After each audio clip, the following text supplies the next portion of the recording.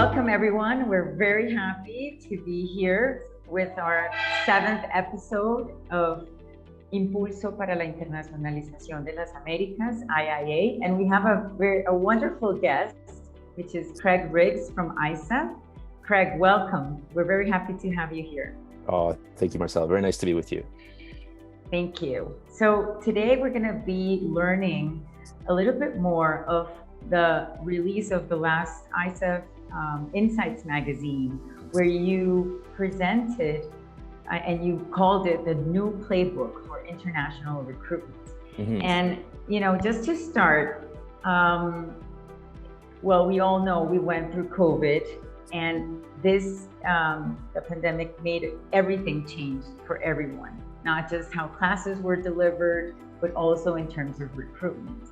Tell us a little bit of how things have changed a bit from how it was before COVID and how it is today in terms of recruitment. Mm-hmm. Yeah, well, we're playing with the idea, admittedly, of a new playbook. Like there are none of the ideas that we explore there are new to most people that work in the sector, but what is changing is the role, the emphasis on some of these different strategies in recruitment. I think as you say, the industry has been so profoundly affected. We've all been so profoundly affected by the experience of going through the pandemic that from a recruitment point of view, we've learned an awful lot. And it's really sharpened up, I think, our ideas about how we engage with students and families and different markets around the world. So for example, one of the things we explore in the article that you're thinking of is an increasing emphasis on diversification coming out of the pandemic. So now that perfect example, it's not a new idea. We've been talking about diversification. I was just in Berlin earlier this month, and I was speaking on a panel, and I said, I feel like, I have been going around to events and conferences in the industry for the last decade or more, and kind of preaching from the book of diversification. Like we always talk about it, and everybody in the audience kind of nods and says, yes, that sounds like a good idea. But as an industry, we didn't do a whole lot about it. Like if you look at the how foreign enrollment is composed in the major study destinations around the world, it's still very heavily, in all cases, very heavily reliant on 2, maybe 3 top sending markets, right? And one of the things that I think COVID really brought home to all of us is that reliance on 1 or 2 sending markets, as we have done for so long, is really not sustainable. Should anything happen to disrupt the student flow from one of those markets, everybody's programs are in a lot of trouble. And so there's a lot more emphasis, I think, as we come out of the pandemic on really working to diversify foreign enrollment in terms of sending market. That's the way that we've always talked about it. But the other thing that's different this year is that I think we are seeing an increasingly sophisticated idea of what diversification really means. For some institutions, again, picking up on lessons from the pandemic, for some institutions, that diversification includes a greater emphasis on diversification by mode of delivery. So yes, delivering programs in person on campus, but also a continuing role for online delivery or hybrid delivery, where students will begin their programs online and then come to campus to complete them. So that aspect of diversification, I think, is a direct result of the pandemic. The other thing that we are finding this year is that there's a lot more discussion around, and this is particularly true in destinations that have seen significant growth, sort of both during and in the latter stages of the pandemic. And I'm thinking of countries like Canada, like the UK. If we look back over the last, 6-7 years, they have grown at a tremendous rate, the enrollment in each country. And what that means is that this year, some institutions and schools are bumping up against capacity limits. So they are, capacity in terms of the numbers of students that they can accommodate on campus. For some, that means capacity in terms of housing. And so it's a different context, right? We've always been very focused on growth. And now we're seeing some institutions and schools are finding, they are reaching the upper limits of the growth that they can accommodate, right? At least with their current capacity. And so the other thing that we might say about that is that it is still true that the majority of foreign students will come to study in a couple of key program areas. So business programs, STEM subjects, so science, technology, engineering, math. And so capacity limits may be, showing themselves in some of those program areas, but those same institutions might have capacity in health sciences programs or fine arts or other program areas that they haven't been as active in recruiting for in the past. So I think that's a big difference that we see this year, that it's part of that playbook that you're thinking of, is that diversification by sending market, diversification in terms of how programs are delivered, and diversification in terms of field of study. That's really showing itself to be shaping the marketplace this year. That's very interesting. I mean, to have that clarity of the three aspects of diversification. And in terms of, the different channels, can you tell us if agents, we see that agents still play a very important role in recruitment, and how do they add value today with this need to diversify in these three aspects? Yeah, well, I think this is another lesson of the pandemic, actually. We were observing in the years leading up to COVID that agents were beginning to play a larger role in recruitment, and especially so in some markets where agents historically had not played such a large role, like in the US, for example. US colleges historically have not been as engaged with agents as have colleges and universities in other major study destinations. And that was really starting to change in the years leading up to COVID. And certainly during the pandemic, I think that what we noticed in our research and in all of the anecdotal commentary across the industry is that people were leaning into those relationships to a much greater extent. If we think back to, it wasn't that long ago, it's a little hard to remember now, but like when we think back to the start of the pandemic and those early months, there was so much uncertainty. Students and families needed so much support. Everyone was looking for information. Agents wanted to know what was happening in the receiving countries in terms of border restrictions and visa changes. And of course, institutions wanted to know what was happening in the markets abroad, right? And it was such a fluid situation. It just felt like the conditions were changing every week. And so we saw that people had really intensified their contacts with agents during that time. So I was seeing increased communication. Yeah. So what we saw during the pandemic is that agents and educators intensified their communications with each other, both to understand what was happening in each other's countries on an ongoing basis, but also to better support students and families whose studies plans had been disrupted, or needed other types of support. It was a very, very intense time. And I think that the lesson that many of our colleagues took away from that is that those partnerships have just an even more key role to play in student recruitment than was the case before COVID. And we see that being borne out now, where, again, in recent studies, we see, for example, just to stick with the example of the US, much larger percentages of US colleges indicating that they are actively engaged with agents than was true before COVID. And we see that pattern playing out around the world. And really, I think it comes down to that student support and market intelligence role that agents play that is so key in the recruitment process. I think the more sophisticated recruiters, institutional recruiters in the marketplace have understood this for a long time, but I think it really drew a sharp line under the important support role that agents play in providing that local support for students and for families, both before and after departure for the student study destination. I think that's, if there's a lesson in this respect to be taken from the pandemic, it's that. It's that. And I think it's important for, the audience that we have, from the different institutions all over Latin America, to also be aware that when you work with agents, it's not just a very transactional relationship, but it's really close partnership where you have to be able to have that constant communication, replying any kind of questions, but also situations to provide that support. That's wonderful.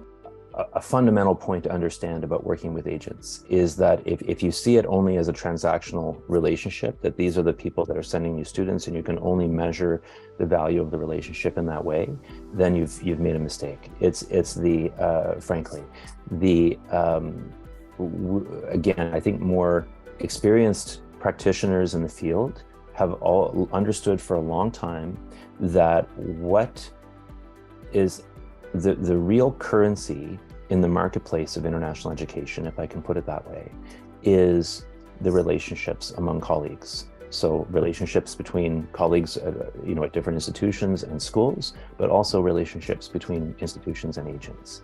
And when times get tough, as they certainly have been the last few years, those are the things that hold you up and that allow you to continue your work. And I think that, again, the value of those relationships has been very sharply highlighted in the last few years. Yes, completely. And moving on with another interesting topic that I found in the article and the publication is you mentioned that there's a new trend of having in-country representatives for the institutions as well. How do these, let's say, benefit those students, and how do they complement with the role of the agents a bit? And how do they add value to the institution? You tell us a bit of that new trend. For sure. I think we have to, I think it's important to say that what we're talking here about is in-country offices that are supported by the institution abroad. And so not a campus or a teaching center, but just like a local support office. And I think we're seeing a greater emphasis on that for similar reasons as we're seeing more attention given to working with agents. A recognition of the importance of that local support for students and families, a recognition of the importance of having a presence in the marketplace, a recognition of the importance of providing support for partners in the marketplace as well. And so whether the institution has set up this office and is operating it entirely on their own, or whether they have contracted with there are third parties who maintain local support offices on behalf of institutions abroad, we're seeing a greater use of that type of mechanism this year. And I think to answer your point about how does that relate to agents? Well, they're not mutually exclusive. I think that most often what we see is that those offices are working with agents on behalf of the institutions, right? So I think you suggested earlier that, we have to understand these are not just transactional relationships, that agents require support from institutions as well, timely responses, proper training, updates on what's happening at the institution or school. And that's part of the important role, I think, that some of those local offices are playing now. So they're not taking the place of agents, but they are providing a more active type of support for agents and perhaps collaborating around more extensive campaigns and promotions that would otherwise be possible. Yeah, it brings the institution closer to the market. I mean, it brings it closer, but playing the role of the institution, not competing with the agent. That's very clear what you just mentioned. Yeah. I think institutions are looking for, partly because travel has been so significantly disrupted, partly because we have, as we're speaking today, you and I have spent many times together in different rooms around the world, at different conferences and events and things. But here we are on Zoom today, right? That's how we're used to talking now in this way and supporting our work remotely. But I think institutions are also looking for infrastructure in local markets and in key markets or priority markets that they've identified, and to support students, to support agents, to help build other types of partnerships. And in an era where travel may be more difficult or may not be possible, depending on where you're coming from, where you're going, that local office support is all the more important. It is definitely. The stronger the network of support, the stronger the impact and the result, the better the results. Yeah. Tell us also, Craig, a little bit more about, this also like another impact maybe after COVID of the strength of partnerships and alliances of the different not recruitment agents, but like the different actors within the recruitment sector. Mm-hmm. What kind of partnerships have you seen or do you identify that have grown stronger? Are there any that go beyond, the agent institution partnership, or also service providers? I don't know. What can you tell us about that? Sure. Well, certainly there are important service providers in the sector that are, that are really developing very sophisticated partnership models and service models with institutions and agents around the world. And I think we have to acknowledge the importance of that sector in just helping to animate and improve the all processes in the industry. I would say that in terms of other types of partnerships that appear to be growing in importance this year, there are perhaps a couple that we can point to. One is partnerships between institutions in different countries. So, and thinking there especially about partnerships around program delivery, right? We just had an item on ISEF Monitor yesterday that was talking about the expansion of transnational education in the UK. And so the UK has been a global leader in terms of transnational education means a lot of things, but it basically means you're delivering programs outside of your own country in a variety of ways, right? So maybe through a branch campus, maybe through online delivery, maybe through an institutional partnership of some kind. The famous 2+2 model where the student does part of their program in their home country and then travels abroad to complete the program. So the UK has been a leader in that space for some time.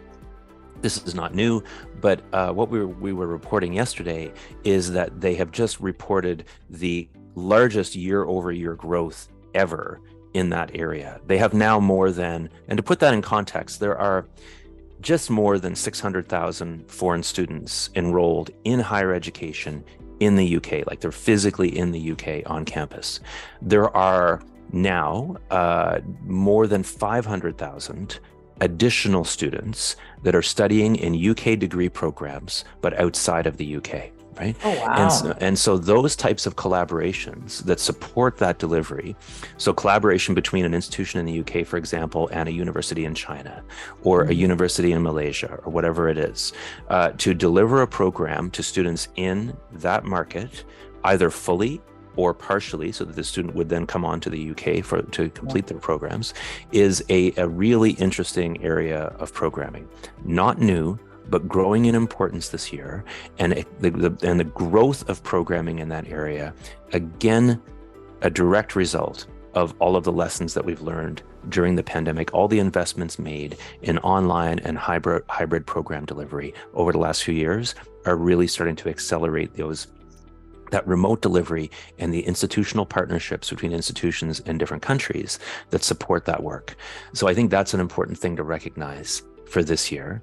The other thing that is maybe important to note is institutions that are, for some years we've been looking at a category of organization that we call destination marketing organizations, right? And these are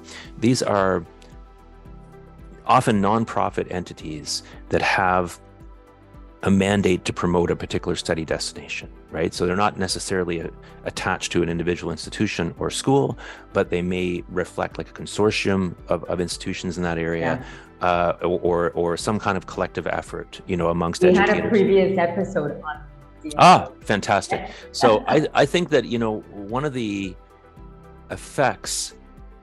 one of the accelerating effects of the pandemic is that we are in a much more competitive marketplace now.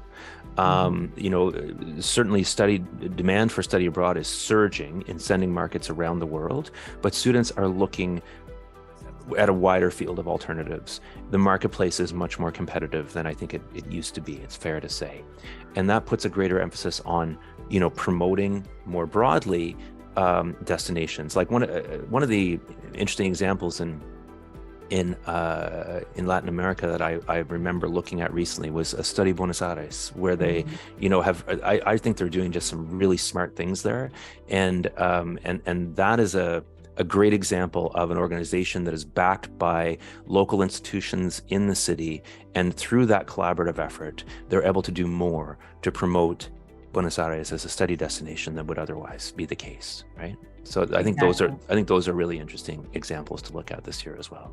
Yeah, that's wonderful. Well, I understand what you just mentioned of, the extension or the growth of remote programs that are delivered remotely. One of the strongest trends for that diversification. I have trouble saying that word.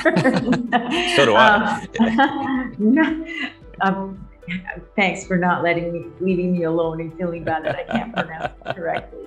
But also, there's so many students that maybe also after COVID or the economic development that we're having today, that for many, traveling could be just such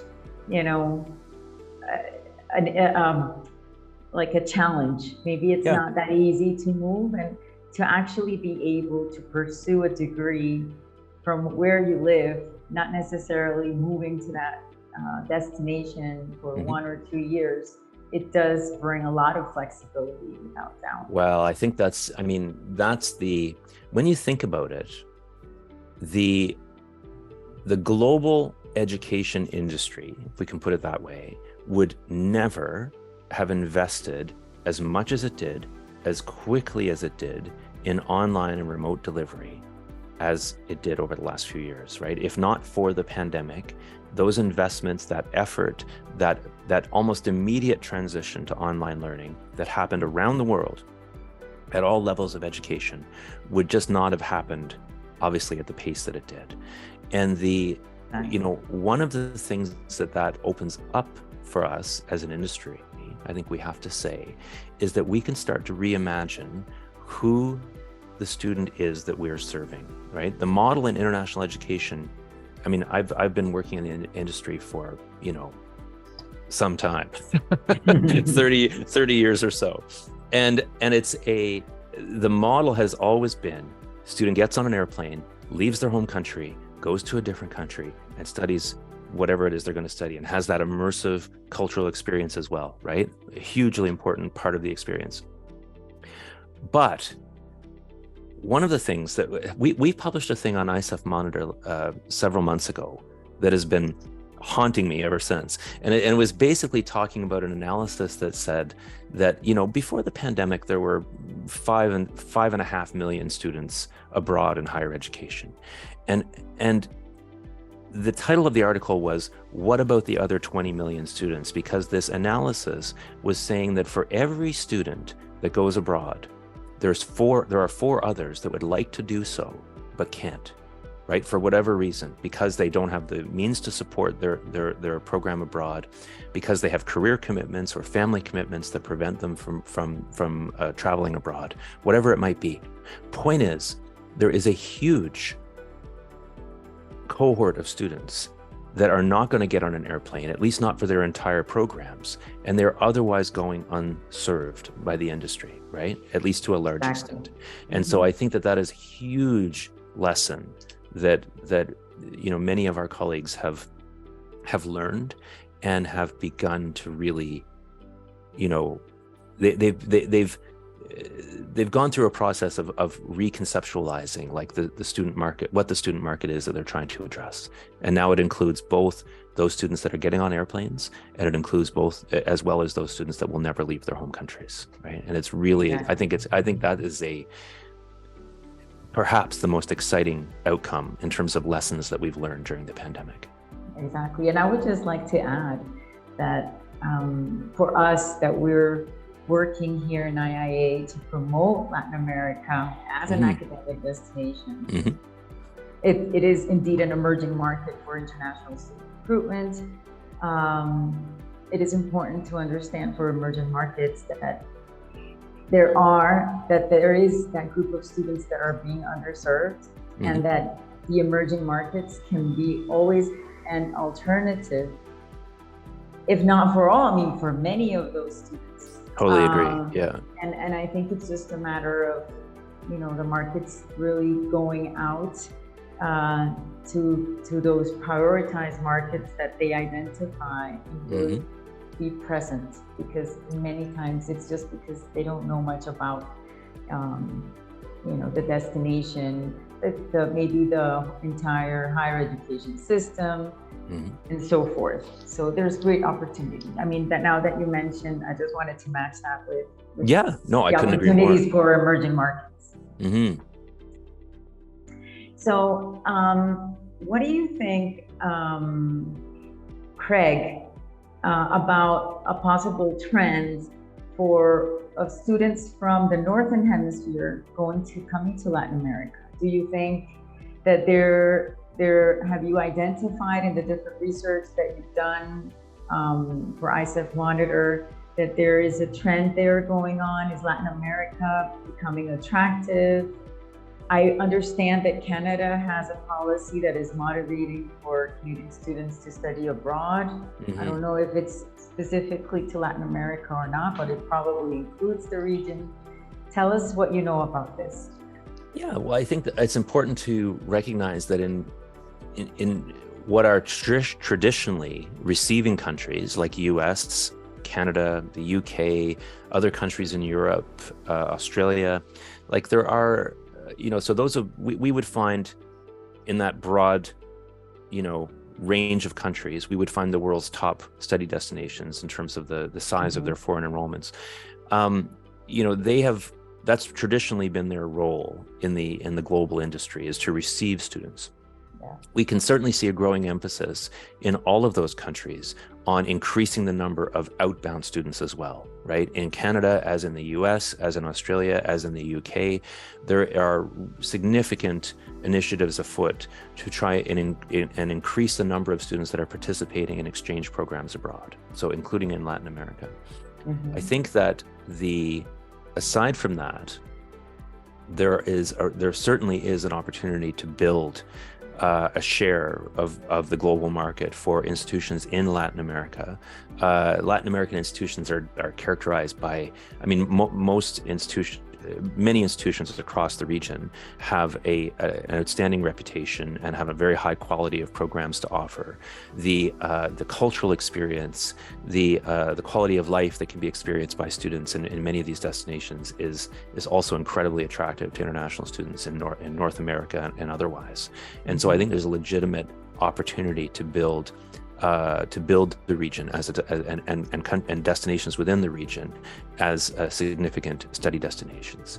The part of the context for that is that some aspects of student mobility have always been informed by, economic opportunity and career opportunities, right? And so when we think about Latin America, we have, obviously Brazil, Mexico as the biggest economies in the region. That makes them naturally attractive to students that see that part of their career in the future will be in Latin America, right? They're interested in building those career opportunities in the region. There's also, globally, I don't think we can underestimate the allure of Spanish language and Spanish culture, right? Spanish is one of the most studied languages in the world. Only English and French are more widely studied than Spanish, right? It's also one of the most widely spoken languages in the world, obviously. Yeah. And so that, the cultural aspect of studying in Latin America and Spanish-speaking destinations in Latin America is a really significant factor, I think, in that respect. But as I said earlier, we find ourselves this year in a much more competitive environment for student recruitment. And part of that is that we are just seeing surging demand for study abroad in some really high growth regions around the world. So I'm thinking especially about South Asia, also Africa. And so those regions are going to shape global student mobility for the next couple of decades. And I think, Latin American institutions have an opportunity to claim, a share of that growth, in part because along with a desire for quality of education and a quality of life experience, those students are heavily motivated by factors of cost and affordability, right? So when we talk about those traditional leading destinations, be it the US or be it the UK or Canada or what have you. Yeah. The cost of study, cost of living, access to housing in those destinations are significant competitive issues, I would say, right? Those are issues that educators in those countries have to be especially attentive to these days. Students are more concerned about cost and affordability of study than has been the case in the past. And I think that opens up the door to a number of emerging destinations in Europe, in the Middle East, in Asia for that matter, and in Latin America as well, right? I think we find ourselves at a point where there's an opportunity for more destinations to come into the marketplace and compete for those international students. For Latin American institutions also they already have an important international portfolio, meaning international partners that they can engage with and develop new innovative programs where you can have 2+2, 2+1, all these different possibilities, and actually even be a pathway. Why not? If not, obviously the final destination for an international student, but I think there's a lot to offer. Quality partners for institutions abroad. Like that's a when you think about the underlying strengths that a destination might have in order to attract larger populations of international students, like you can't do better than that. Like to have a high quality of university in the region that can be an anchor for those efforts, I think is a key for any destination, and certainly we find those in Latin America. My last question, because we're ready to start wrapping up, is I don't know if you have any best practice or trends that you have seen in any of the emerging markets, maybe Asia, I don't know if maybe Latin America, that could be interesting to share with our Latin American audience. Meaning, I know that there's sometimes fear, for example, to invest in something that is somehow unknown, or for example, having DMOs have opened the doors quickly or motivated institutions in a specific market to actually start recruiting internationally. I don't know if... In terms of best practice, I think it's possible to manage that investment over time, right? Like you don't have to, because you're trying to build international partnerships or because you're trying to build foreign enrollment, it doesn't mean that you have to all of a sudden dispatch your staff on every available airplane to every market in the world, right? Like you can be very deliberate and act to prioritize markets where you're going to develop partnerships or where you're going to try and recruit students. I think that it's more important to do things that are sustainable, and that in terms of the investment and the staffed effort that you can manage, and to build over time from there. I think that another best practice, and it's something that we've talked about already, is just the power of partnerships. I think the power of partnerships and relationships among colleagues and partners in this industry cannot be overstated. Like it's what makes the industry work. And a good productive partnership with a foreign institution or with an education agent abroad can be the most important asset that you have to your international program, right? It only takes one successful partnership to bring a noticeable flow of students into your institution, right? And so I think that, again, for the sake of efficiency and acting in a sustainable way, building programs around those types of partnerships is really quite key. And I think that maybe the other best practice that we should always hold in mind is that we talk about the importance of those relationships, but at the end of the day, they're all in the service of the international student, right? If we are trying to attract students, whether we're going to serve them remotely or whether we're going to serve them on campus, we have to really be in their shoes all the time. We have to understand what's important to them. We have to understand what they're concerned about, what questions they have, what they need from us. When you are working with international students, you are responsible for every part of their experience. And so the best institutions that we observe that are working in this industry are those that understand that very clearly, and they take steps to strengthen support services and processes for students so that they can promote student safety, student well-being, student success in their studies, the quality of the student experience. I think that an institution that understands that when working with international students, they are responsible for what happens not only in the classroom, but outside of the classroom in the wider community, and in terms of the experience that those students have, and making sure that you've done everything you can to promote an excellent experience for the students that are with you. I think that is always, at the top of the best practice list in this field.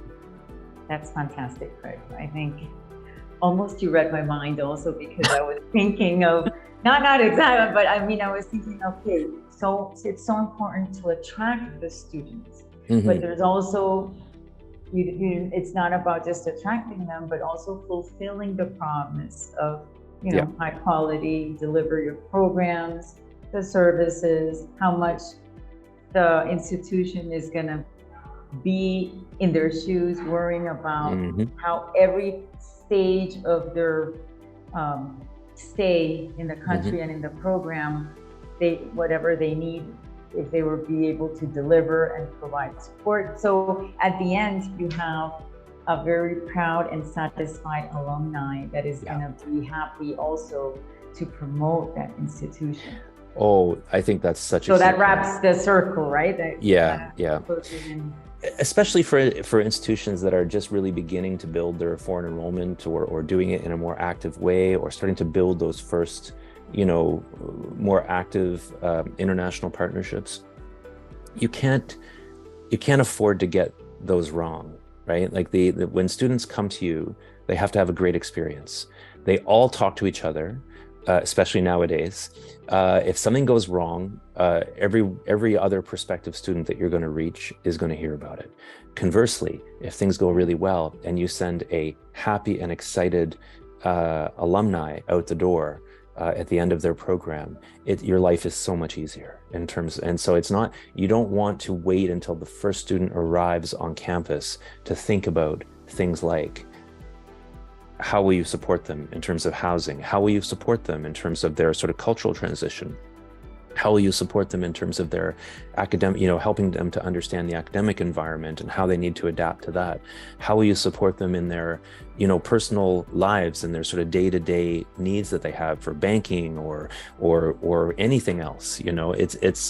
Those don't wait until the first student arrives to think that through and to put good supports in place, because when that first student arrives, you want them to have an outstanding experience. As a mutual friend of ours likes to say, it's a lot easier to recruit 4 students from 2 and 8 students from 4 than it is to recruit from 0, right? If you have no happy students, or it's a much harder road. Exactly. Mm-hmm. Well, Craig, I think it's fascinating. I think in this episode, we have learned so much of the new trends in international recruitment. From that diversification in recruitment trends, the design of the programs, the delivery, all the partnerships, the value that they have, the value also in keeping yourself on the international students' shoes, to be able to facilitate and guarantee all the different support and services that they will need throughout their stay. So I think there's great opportunities. We see that finally, COVID is not over, but I think we're somehow in this sector overcoming the challenges and really having learning outcomes that allow us to have more students continue to pursue the dream of studying abroad, whether it be on campus or online, as you mentioned it. So we have to keep learning, keep moving, and keep sharing best practices. Thank you so much for joining us today. It was a pleasure to have you, and well, I would like you to invite everybody to reach out and register to subscribe to ISEF Monitor. Yeah. It's free and educational. Yes, and it keeps you updated on all the trends and the news in the international education sector as such. So yeah, if anybody watching is not already a subscriber, you can, jokes aside, you can visit isefmonitor.com and subscribe for free, and we publish throughout the week, and we'll be happy to share our work with you. Thank you, Craig. Wonderful seeing you, and we'll be following ISEF Monitor. Thanks, Marcella. Great to see you too. Take care. Bye for now. Bye-bye. Thanks.